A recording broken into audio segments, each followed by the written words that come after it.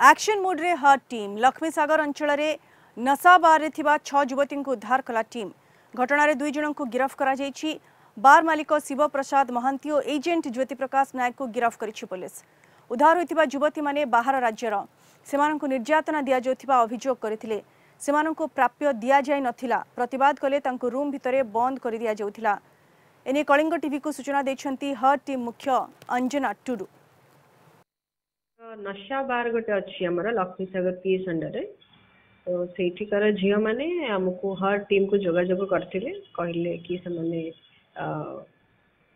बाहरी पारु नांती तांको रेस्क्यू करा जो आउ बार रो जो ओनर आउ एजेंट्स अछंती से माने तांको बहुत खराब गाली दउचंती आउ तांको जीवा को दो नांती तांको पेमेंट भी दो नांती जो कथा पई तांको आनीथिले काम करबो कि कोन तो से रेस्क्यू होगा चाहूले और से हर टीम को जोगाजोग करते आम 5 तारिख राति 6 तारिख पर्यंत रेस्क्यू करूँ रेस्क्यू कलु बाहर कलु नहीं आसिलु थैथान कलु रिपोर्टा गोटे against the bar owner and the agent.